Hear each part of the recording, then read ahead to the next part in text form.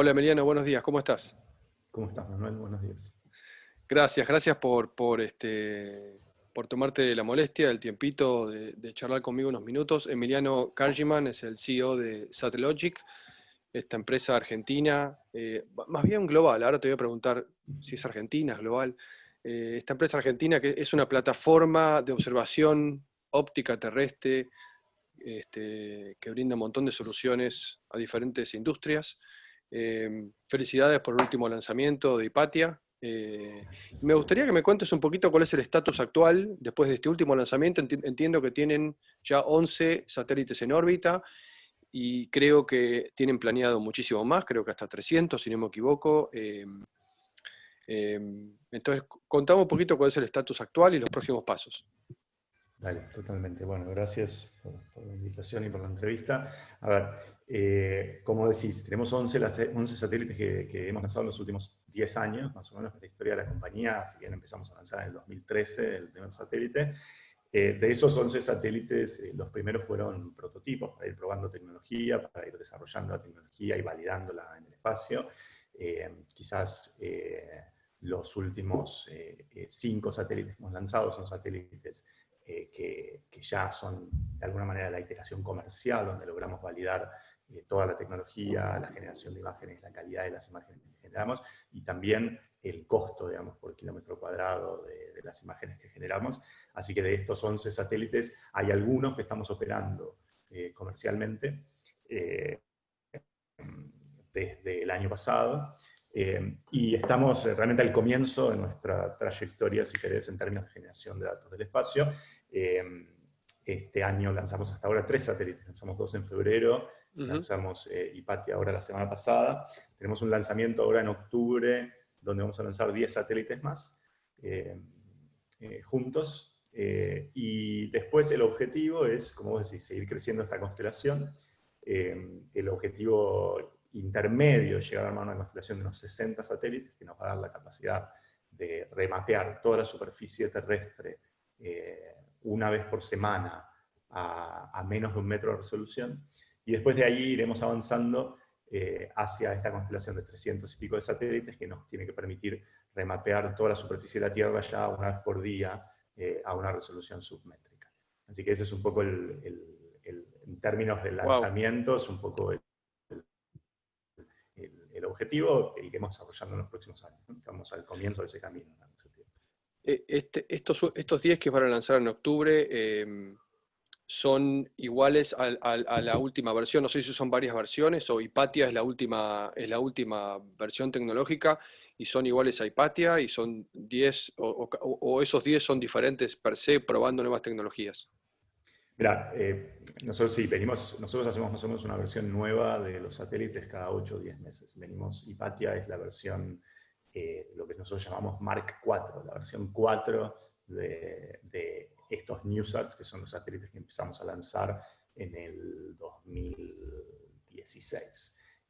Entonces, los satélites que vamos a lanzar en octubre son todavía Mark 4, o sea, son la misma generación que Hipatia, son en principio con un pequeño comentario que en principio son exactamente iguales a Hipatia.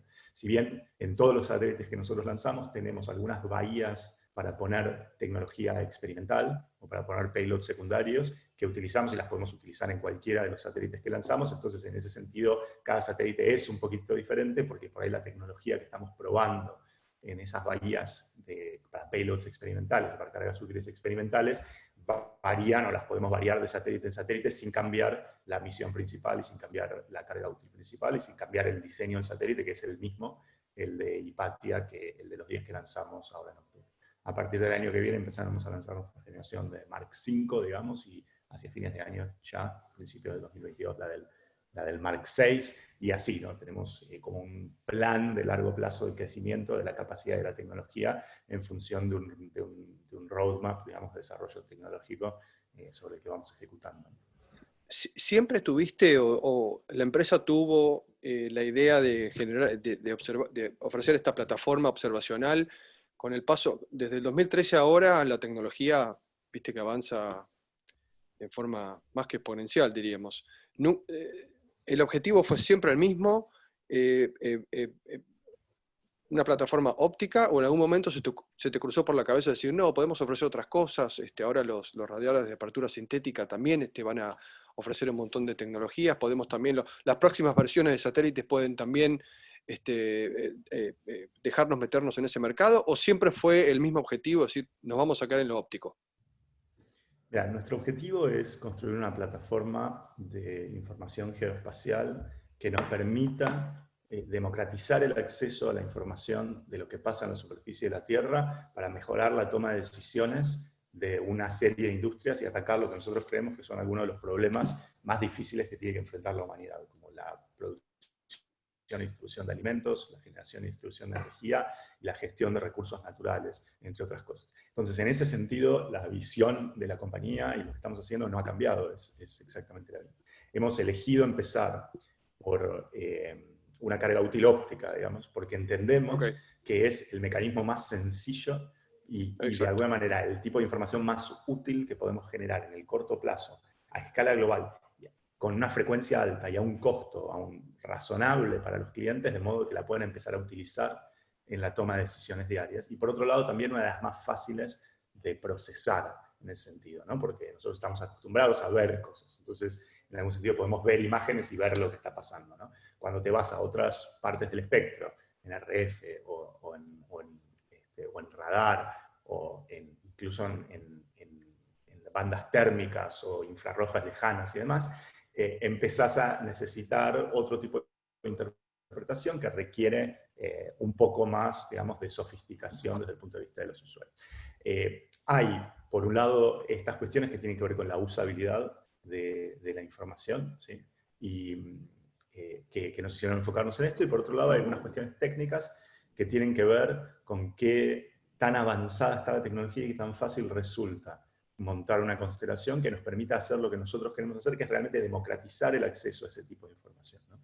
Pero sin ninguna duda, la visión que tenemos de la compañía es más amplia que solo lo óptico. Nosotros hoy capturamos imágenes visible, en espectro visible, infrarrojo cercano, y también en esos dos, en el espectro visible e infrarrojo cercano, tanto con nuestra cámara principal y multiespectral, como con una cámara que llamamos hiperespectral, que nos permite cortar el espectro en bandas más finitas. Tenemos algunas, en estas cargas útiles experimentales que te contaba, hemos volado cargas útiles experimentales por ejemplo, en lo que se llama infrarrojo lejano, digamos, en la banda térmica, donde lo que uno ve básicamente es la temperatura emitida, digamos, o radiada de un cuerpo. Y hemos volado también algunos experimentos para captura de datos de sensores. Tenemos otras tecnologías que estamos desarrollando, y yo no descarto que en el futuro vayamos a montar una constelación que tenga otros componentes además del puramente óptico. Pero el óptico sin duda nos da una plataforma desde la que construir y con la que empezar en ese sentido a democratizar el acceso a este tipo de información, donde después le podemos empezar a agregar otro tipo de capas que van a ir apalancándose de este tipo de tecnología que empieza a estar disponible.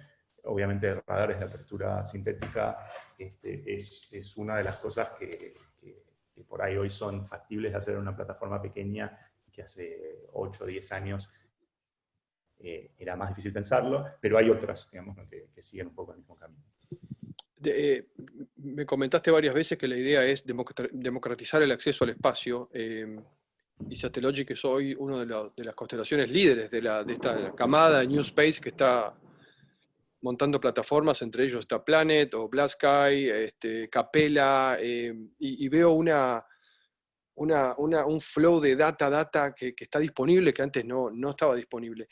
¿Están al mismo tiempo evangelizando el mercado? Porque yo quiero creer que hoy está esta disposición de productos que quizás mucha parte del mercado no sabe que existe. Entonces, Sí. yo no sé si también esto lleva un tremendo esfuerzo de evangelización, de decirle a un productor agropecuario o a una empresa de oil and gas, usted sabe que dispone de esto. Entonces, contame un poquito cómo es que llega al mercado. Sí. Mira, yo creo que, a ver, podemos dividir el mercado en dos partes, si querés. O sea, una parte son los gobiernos, que son usuarios tradicionales y de hace mucho tiempo de información de observación de la Tierra, pero en general de información que es tiene dos características. O es de baja resolución, ¿sí? Como Landsat, MODIS, etc., o Sentinel, o es extremadamente cara, digamos, ¿no? Como es Claro, sí, sí. la información No hay un que medio. genera la súper exquisita, pero no hay un medio, digamos, ¿no? Y no hay esa combinación. Pero bueno, los gobiernos, obviamente, dependiendo de la aplicación, pueden pagar ese precio, digamos, ¿no? por la información. Entonces, ahí tenés un mercado. Ese mercado tiene ciertas características. Una de las características de ese mercado es que demanda mucha más información o cada vez más información de la que podemos generar. Está lo que llamamos en la jerga de negocios, digamos, es supply limited, ¿no? Está limitado por la oferta de datos. ¿Sí? O sea, ese mercado podría ser un mercado mucho más grande si simplemente hubiera más datos para consumir. Y este ha sido el driver principal del crecimiento de todas las empresas que nombraste, básicamente, ¿sí? Que están poniendo más datos disponibles básicamente para los mismos clientes, que es el web. Y después tenés el mercado, lo que podríamos llamar el mercado comercial, el mercado mainstream de información de la Tierra. Y ahí, hoy por hoy, ese mercado todavía es un mercado muy pequeño. ¿Sí? Es un mercado naciente, y el problema no es tanto un problema de evangelización. O sea, en algunas áreas vos vas a notar que, digamos, hay empresas que son tomadoras de tecnología y first movers, y yo qué sé, por ejemplo, un ejemplo son, no sé, el campo argentino, ponele, ya sistemáticamente mostrado que es, digamos, un early adopter de todo tipo de tecnología que anda dando vueltas. El problema no está ahí tanto en evangelizar al cliente, sino en llegar a la combinación correcta de resolución de los datos, frecuencia, de disponibilidad de esos datos y costo, ¿no? Porque hay un punto donde para que tenga sentido monitorear tus campos con un satélite, tenés que tener la resolución correcta, o sea, tenés que poder ver lo que querés ver, tenés que tener la frecuencia correcta, si lo querés ver una vez por día, si lo querés ver una vez por semana, lo que sea, y tenés que tener un costo que se adapte a lo que estás produciendo, digamos, y que sea algo que podés pagar. Esa combinación, hay muchos de los grandes mercados, de lo que van a ser los grandes mercados de observación de la Tierra, donde todavía la industria en su conjunto, nosotros incluidos, todavía no hemos llegado a la combinación correcta de costo, frecuencia y disponibilidad para que los clientes la adopten. Entonces esos mercados van a ser mercados muchísimo más grandes que el mercado de gobierno cuando lleguemos a esa combinación. Justamente lo que estamos haciendo con Satellogic, y esa es nuestra apuesta, es que realmente por primera vez tenemos la capacidad de mostrar una constelación de satélites que nos permita, cuando hablamos de democratizar el acceso a esta información, justamente que nos permita empezar a distribuir esta información a usuarios finales con el costo y la frecuencia que hacen falta, digamos, a la resolución necesaria para que puedan adoptar esto como una de las herramientas principales en la toma de decisiones diaria en sus negocios, ¿no? En industrias, como decías, como el agro, forestal, monitoreo de infraestructura para petróleo y gas, seguros, cartografía, y también al mismo tiempo en el mercado de gobierno, que está demandando cada vez más y más información para hacer desde control de gestión, digamos, hasta temas de seguridad de fronteras. Así que ese es un poquito como vemos el panorama. La industria obviamente todavía tiene mucho para desarrollarse, ¿no? O sea, La constelación o los satélites de Satellogic están permanentemente observando en una forma proactiva, o funciona más bien a demanda del cliente que tenga. Si de repente hoy una empresa en Rusia tuvo un problema con un pipeline y vos lo pudiste detectar, vos tenés la capacidad de decirle, lo llamás y le decís, mira, tuviste un problema tenés esto, o cómo funciona. Sí, para llegar a ese modelo, que es un poco el modelo que nosotros tenemos, no sé si el de, vamos a llamar activamente, pero podría ser, me diste una buena idea, pero el modelo que nosotros tenemos a largo plazo es justamente eso, es monitorear toda la Tierra de manera activa, poder hacer un seguimiento de qué es lo que está cambiando de una manera frecuente, digamos, sobre la superficie del planeta, y poder poner esta información a disposición de nuestros clientes o de socios, digamos, o de servicios de valor, que construyan servicios de valor agregado sobre nuestra plataforma para industrias específicas, para locaciones específicas, etc. Para llegar a eso necesitamos lanzar más satélites de los que tenemos, porque de alguna manera tiene que ver con el volumen de datos que podemos obtener y sobre todo con la frecuencia a la que podemos poner esos datos disponibles para que tenga sentido para las aplicaciones, ¿no? Porque una cosa sería decir, sí, te voy a hacer un control de todos los cambios del planeta una vez por año, bueno, es buenísimo, pero para cuando me enteré de que tenía un Totalmente. leak en el, Ujú. en el oleoducto ya no me sirve, digamos, ¿no? Entonces, tenés que llegar a poder hacerlo a la frecuencia correcta para que tenga sentido.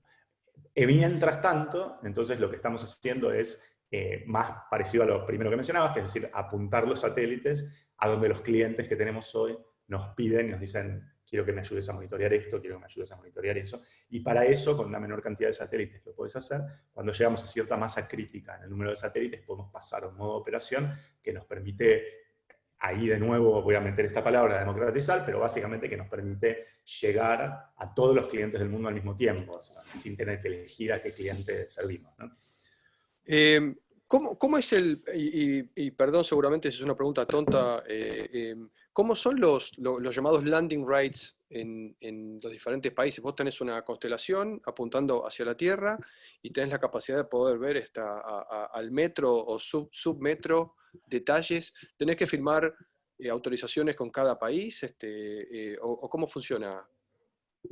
Sí, mira, para sacar las fotos no, o sea, para tomar imágenes del espacio no necesitas autorización en principio, ¿no? O sea, el espacio no pertenece a ninguna de las naciones, está fuera del espacio aéreo de los países y entonces en principio vos no Ujú. necesitas una autorización. Todo lo que podés ver desde ahí le podés sacar una foto, digamos, sin Ok. ninguna autorización.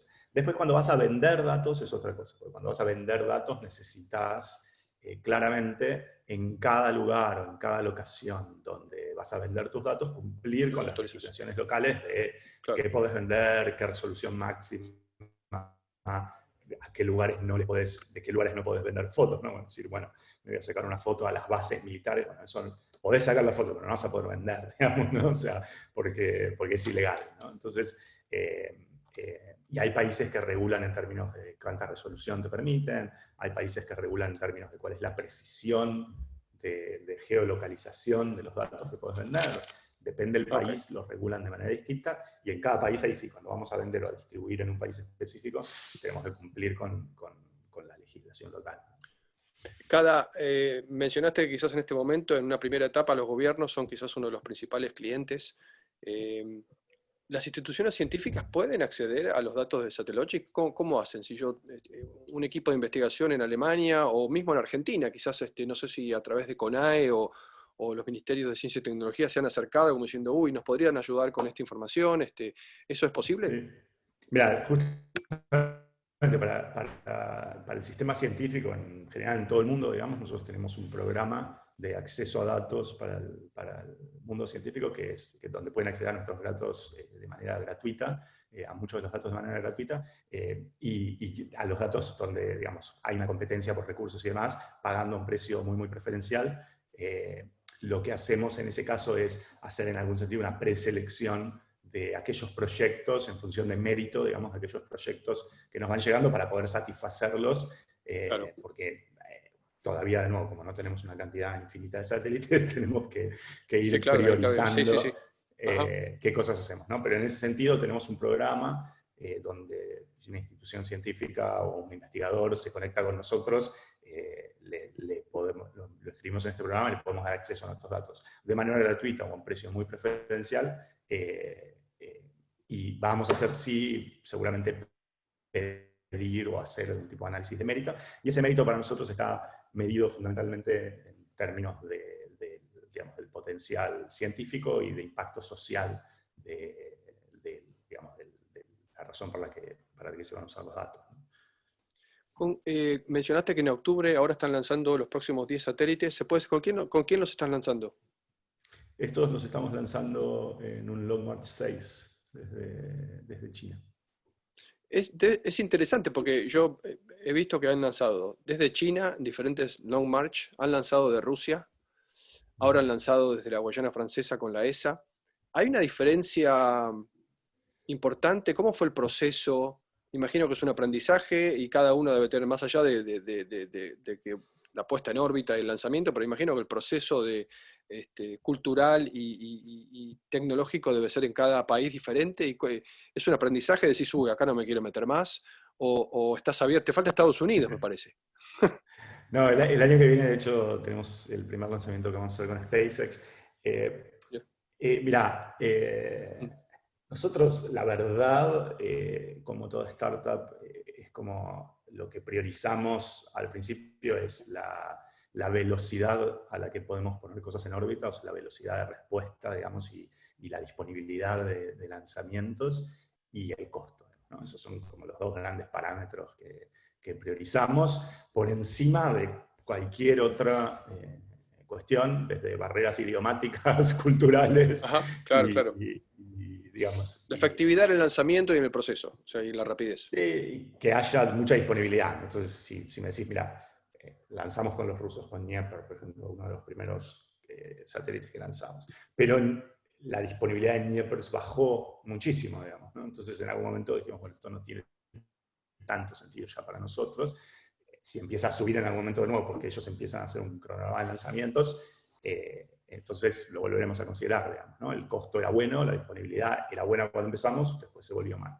Lanzamos con China, digamos, China estaba lanzando más cohetes que nadie en el mundo, Sí, básicamente, sí. en los últimos años. Entonces había una disponibilidad de lanzamientos importante, y aparte ayudaba que como nuestros satélites son de una tecnología hecha en Argentina, hecha en Uruguay, etcétera, porque no tiene restricciones de exportación, podíamos lanzar desde China y teníamos acceso a una disponibilidad de lanzamientos que había poca gente en el mundo que podía acceder. Entonces eso nos daba en el sentido de la posibilidad de elegir lanzamientos de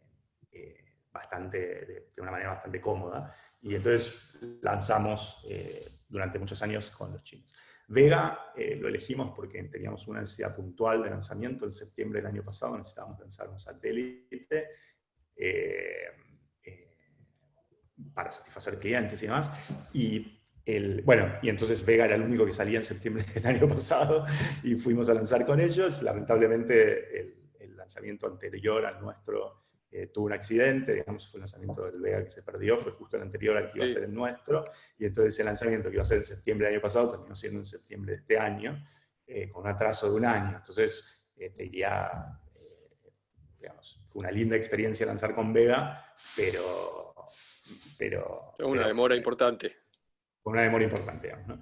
Y hoy la verdad que SpaceX está ofreciendo servicios muy buenos, muy diferenciados, con mucha disponibilidad, con un costo que realmente lo han bajado mucho desde lo que era hasta el año pasado a este año en términos de costo por kilo, así que empieza a hacer mucho sentido para nosotros lanzar con ellos y estamos haciendo ¿Van a lanzar una de las misiones de rideshare lanzar. de ellos o más o particular para ustedes? No, el Falcon 9 es un cohete grande, digamos. Sí. Entonces, pensar que llenar un Falcon 9 de nuestros satélites tendríamos que poner varios cientos de satélites para llenar uno. Así que siempre, en este caso, vamos a estar haciéndolo, o por el momento al menos, digamos siempre, pero por el Imagino momento que vamos a estar haciéndolo como un rayo. Imagino que ahora, con el advenimiento ha caído la barrera de costo de acceso al espacio también, imagino que son el cliente perfecto para muchos nuevos proveedores o lanzadores, los Rocket Lab, los Firefly que está a punto de volar, o un Relativity, imagino que les están tocando la puerta a más no poder.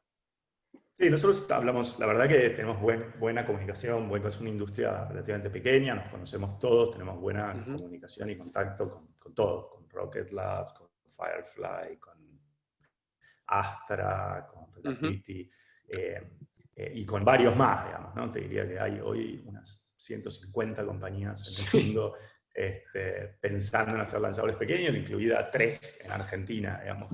Ajá. Entonces, tenemos buenos contactos y buenas relaciones con todos, y bueno, los que se acercan más, o los que ya están volando, se acercan más, están en condiciones de volar, obviamente vamos teniendo conversaciones un poco más concretas. Lo cierto es que es una industria digamos, que va a tener una dinámica muy interesante, creo, en los próximos años, porque está bajando mucho el costo por kilo, y porque para los lanzadores pequeños poder competir y diferenciarse en ese contexto es difícil, porque la eficacia, digamos, de un lanzador pequeño siempre va a ser menor en términos de costo per kilo que la de un lanzador más grande. Claro. Eh, y entonces encontrar el diferencial y encontrar la manera de posicionar eso va a ser un desafío grande para todas estas compañías que mencionábamos. Y ahí adentro, sí, cuando tiene sentido, como te decía, no sé, de este contrato que hicimos con Vega el año pasado, que era, bueno, teníamos una necesidad específica y necesitábamos lanzar en determinado momento, y en ese caso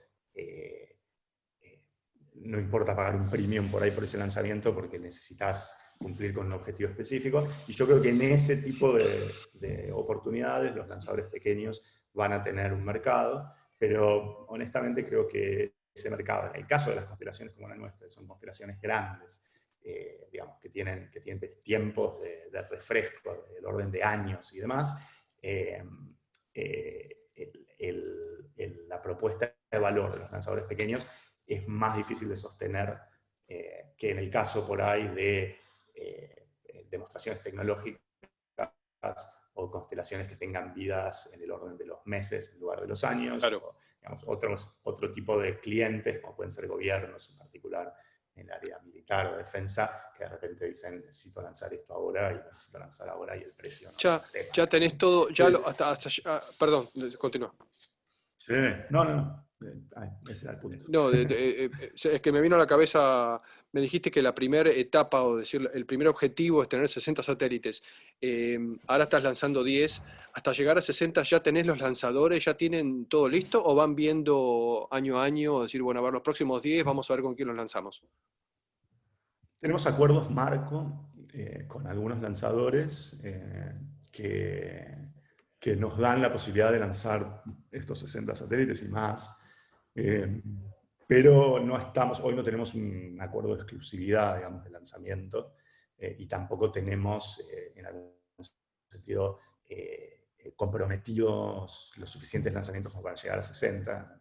Entonces tenemos alguna flexibilidad, pero a esta altura te diría que ya tenemos bastante claridad en cómo vamos a estar avanzando esos 60. Vi en tu website, o no sé si fuera una de tus entrevistas, que tienen una opción, un producto especial para los gobiernos que pueden tener hasta 8 satélites de la constelación, como si fuera un producto llave en mano, donde ellos pueden tener control de los datos. ¿Tienen acuerdos ya, o has notado algún interés por parte de algún país en particular que diga, uy, sí, me interesa, quiero mi propia mini constelación para utilizarla? Sí, es lo que te decía antes, que en el mercado de gobierno hay una demanda insatisfecha de datos, eso está muy claro, y la propuesta de valor que tenemos nosotros con estas constelaciones dedicadas es una propuesta de valor muy buena, porque les da acceso a mucha capacidad en un periodo de tiempo muy corto, a un costo muy Claro. bueno comparado con lo que se paga tradicionalmente, digamos, o sea, órdenes de magnitud mejor que lo que se paga tradicionalmente. Y entonces esa combinación es una combinación muy buena. Tenemos, la verdad, que mucha atracción. Hemos firmado ya un contrato y tenemos, te diría, otros 10 o 12 clientes con los que estamos charlando, algunos en etapas avanzadas, para firmar acuerdos y contratos de este tipo, ¿no? O sea, es un producto al que le vemos muchísima atracción, porque cumple una necesidad muy concreta hoy, donde hay una demanda insatisfecha de datos, ¿no? ¿Sentís emoción de lo que está pasando en el mundo espacial, este commercial space que parecía, quizás los que estábamos en el mercado lo veíamos venir, ya va a llegar, y da la sensación como que ya llegó. Hay muchos factores que han pasado desde la tremenda baja de los costos de lanzamiento, quizás gracias a SpaceX. Entonces, no, ¿cuál es tu percepción? De decir, esto recién empieza y se viene algo realmente maravilloso en términos de comercialización de LEO, llegar nuevamente a la Luna. ¿Cuál es tu visión? ¿Estás contento? ¿Sentís lo mismo que sentimos todos los que estamos en este mercado? Decir, wow, por fin hemos llegado a un momento que decir, esto puede tornarse en algo realmente interesante. Sí, yo creo que es un momento único. Y desde lo personal, digamos, creo que, o sea, nos tocó vivir, a mí me tocó vivir Claro. Internet, que creo que fue un desarrollo tecnológico también, digamos, que también en algún sentido está en sus comienzos, pero digo, desarrollo tecnológico que sin duda va a marcar el futuro de la humanidad. Yo creo que hoy estamos en el comienzo de algo que puede ser incluso más grande todavía en la industria espacial, ¿no? O sea, la Tierra tenemos, digamos, una serie de problemas importantes, algunos de los que estamos trabajando en Satellogic justamente, de cómo optimizar el uso de los recursos que tenemos para poder sostener una población de, no sé, 10.000 millones de personas, un poco más, en un entorno muy volátil, digamos, con cambio climático antropogénico y sin destruir los recursos para generaciones futuras, es un desafío enorme. Pero si bien podemos llegar a encontrar paliativos y optimizaciones y modos de atacar este problema en el corto plazo, la realidad es que los recursos de la Tierra son finitos, ¿no? Y nosotros la humanidad está digamos, en un modo de crecimiento o en una dinámica, digamos, de Una crecimiento encrucijada, que tenemos diríamos. que sostener. Sí, tenemos que Sí. sostener sí o sí, porque si, digamos, nosotros, la humanidad viene duplicando el Producto Bruto Interno más o menos cada 40 años. Si nosotros dejáramos de duplicar el Producto Bruto Interno, básicamente hay un stock de deuda impagable, o sea, el sistema, se colapsaría todos los sistemas políticos que tenemos, todos los sistemas económicos, o sea, colapsa todo, digamos, hay una lógica de crecimiento que tenemos que sostener. Y entonces, si vos lo pensás así, en lo que queda de estos 100 años, digamos, lo que queda de los 2000, vamos a tener que llegar de acá al 2100, vamos a tener que duplicar 2 veces más el Producto Bruto Interno, digamos, ¿no? Del planeta. Y es difícil ver cómo se duplica, digamos, 2 veces más ese Producto Bruto con los recursos, con las limitaciones de recursos que tenemos, con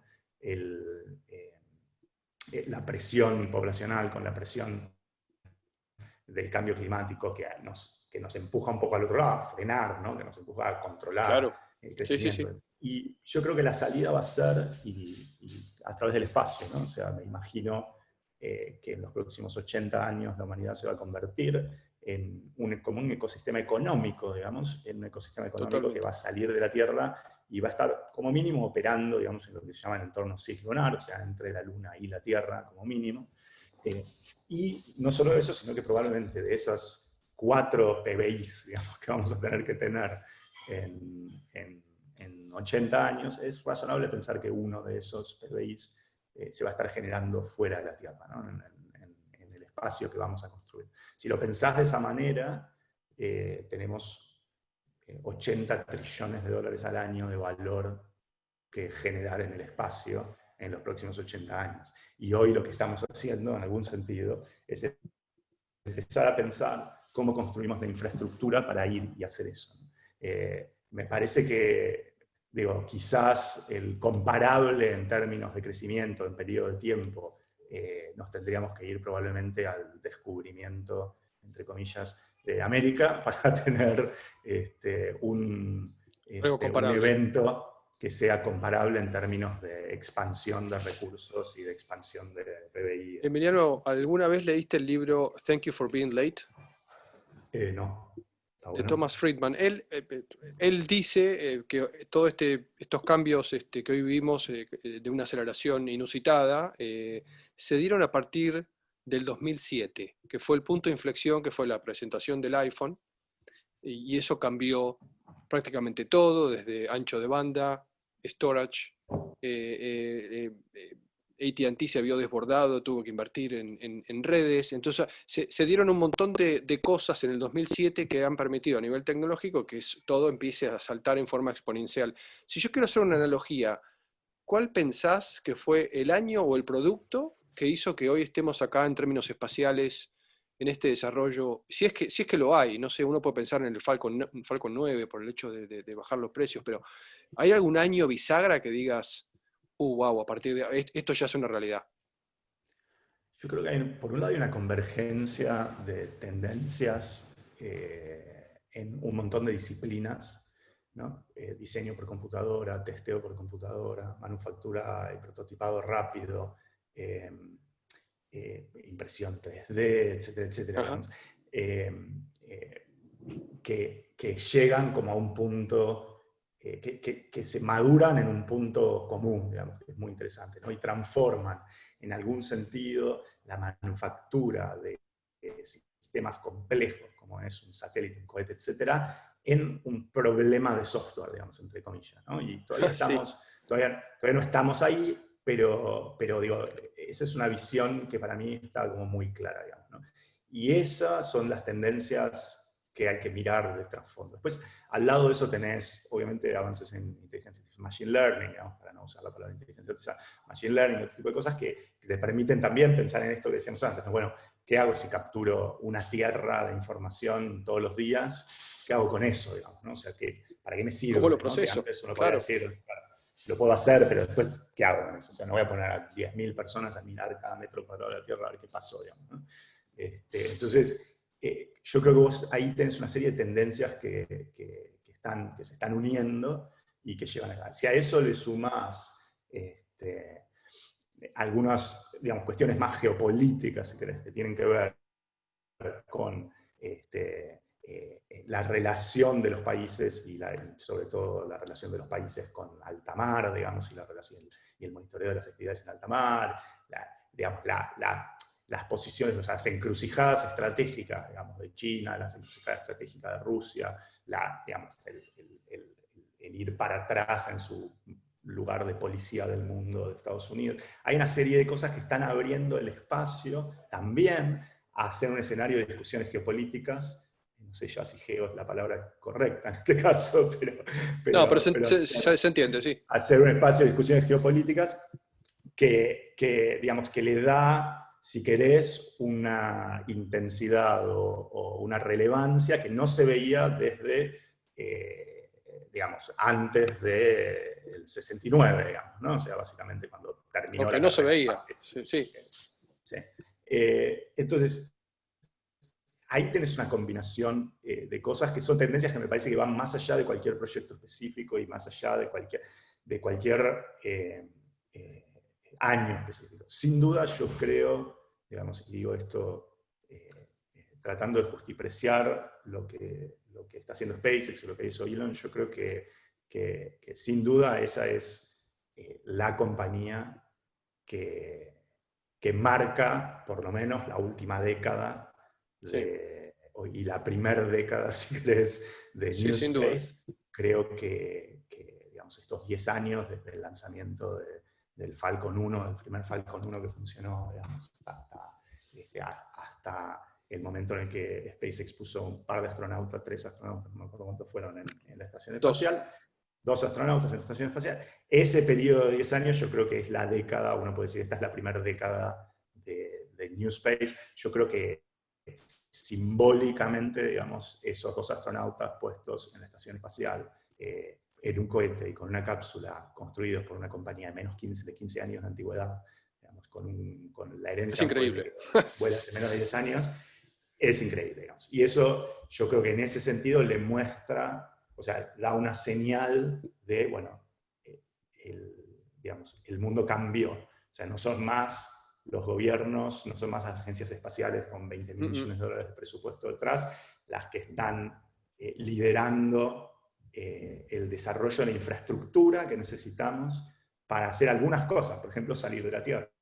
Y yo creo que eso es una señal muy fuerte y este año, digamos, en ese sentido, yo creo que va a ser probablemente el año de despegue de cuando lo miremos hacia atrás, probablemente lo vamos a ver, pese a lo terrible que es este año, cuando lo miremos para atrás probablemente lo veamos como el año bisagra del despegue de lo que va a ser Qué la increíble, próxima. ¿no? El año bisagra del despegue. Tenés razón, no había pensado en el 2020 como finalmente luego 10 años, SpaceX lanza una tripulación, cápsula privada, cohete privado, pero al mismo tiempo COVID, un desastre en la Tierra, un año para olvidarnos, pero al mismo tiempo es un festejo a nivel privado, espacial, boom, increíble, ¿no? Yo creo que eso también te habla de parte de la razón por la que miramos hacia el espacio, ¿no? Que es Mm, lo endeble que es lo que que tenemos en la somos. Tierra, ¿no? Cuando vos mirás, Sí, sí. nosotros miramos desde nuestros satélites la Tierra del espacio todo el tiempo, ¿no? Y cuando ves esa franjita así chiquitita de atmósfera, digamos, ¿no? Y decís, todo Todo sucede está ahí. ahí, ¿no? Ahí. Y es tan endeble, ¿no? Y depende de tantas cosas sistémicas y digamos, que conocemos tan poco, ¿no? Y es un sistema tan complejo, y le estamos modificando y agregando energía y jodiendo tanto, digamos, que es muy razonable pensar que el futuro de la humanidad depende de que podamos salir de la Tierra. Porque, sí, hay pandemia, pero digo, pueden pasar otras cosas. Y esta, dentro de todo, digo, con todo lo terrible que es, dentro de todas las posibles pandemias, ha sido una pandemia relativamente Suave. suave, digamos, ¿no? Yo siempre repito a los mis conocidos o amigos que esto creo que ha sido, más allá de lo terrible de la situación, creo que ha sido un buen entrenamiento. Porque si Sí, nos yo hubiera creo que es una tocado, si nos hubiera alarma. tocado algo mucho peor, yo no sé qué hubiera sido de nosotros. Sí. Así que qué bueno que nos sirve de entrenamiento. No quiero sacarte más tiempo, Emiliano, pero quiero hacerte una pregunta. Sabes que soy fotógrafo. Eh, el- lo- los satélites de ustedes tienen, me mata la curiosidad. ¿Es una DSLR metida en un satélite? Y si podés contestarme, si no, es una Sí, tecnología sí. propia, pero No, no, te qué. puedo contestar. Mira, te puedo contestar. El lente es un telescopio, ¿está bien? Ajá. Tiene unos 35 centímetros de apertura, es un telescopio con una distancia focal de 2,7 metros más o menos, que es lo que necesitas para ver cosas chiquitas desde 500 Sí, sí, kilómetros de sí. distancia, ¿no? O sea, y la cámara la diseñamos nosotros, diseñamos Ah, nosotros la mira. electrónica, el sensor que usamos es un sensor, digamos, de área de cámaras industriales, o sea, no lo vas a ver en Ajá, a nivel una retail, cámara sí, comercial comercial. de Sí. retail, pero sí lo puedes ver en una cámara industrial. eh, eh, y después lo que, digamos, realmente lo que nosotros hicimos que es novedoso, es un sistema de óptica adaptativa que nos permite utilizar ese sistema, digamos, para maximizar en algún sentido la información que sacamos de todo ese sistema óptico y poder generar imágenes de buena calidad, con muy buena definición, pero también sin blur, sin movimiento, bien expuestas, con buena señal, digamos, con buena relación de señal-ruido, desde un sistema que es muy compacto y muy barato y muy chico, digamos, ¿no? Y en ese sentido hoy tenemos una eficiencia de costo, digamos, por kilómetro cuadrado de datos que generamos, de más de 100 veces con respecto a nuestros competidores más cercanos y de casi 1000 veces Wow. con respecto a las compañías más tradicionales de nuestra industria, ¿no? Y, y eso en gran parte es por el diseño de la cámara, que es nuestro y propietario, y que es lo que hace digamos, que podamos tener algunas eficiencias que el resto de la industria todavía no ha logrado realizar, ¿no? Entonces, eso es un poco el truco de lo que hacemos. Gracias Emiliano por la charla, por el tiempo, la verdad felicidades, lo mejor para los próximos años y lanzamientos, seguramente vamos a tener otro futuro contacto, pero te agradezco mucho el tiempo y de vuelta una felicitación por esta empresa argentina, global diría, porque hoy tienen ya presencia, prácticamente un footprint en diferentes ciudades del mundo, así que bueno, muchas gracias de vuelta. Bueno, te agradezco mucho. Gracias.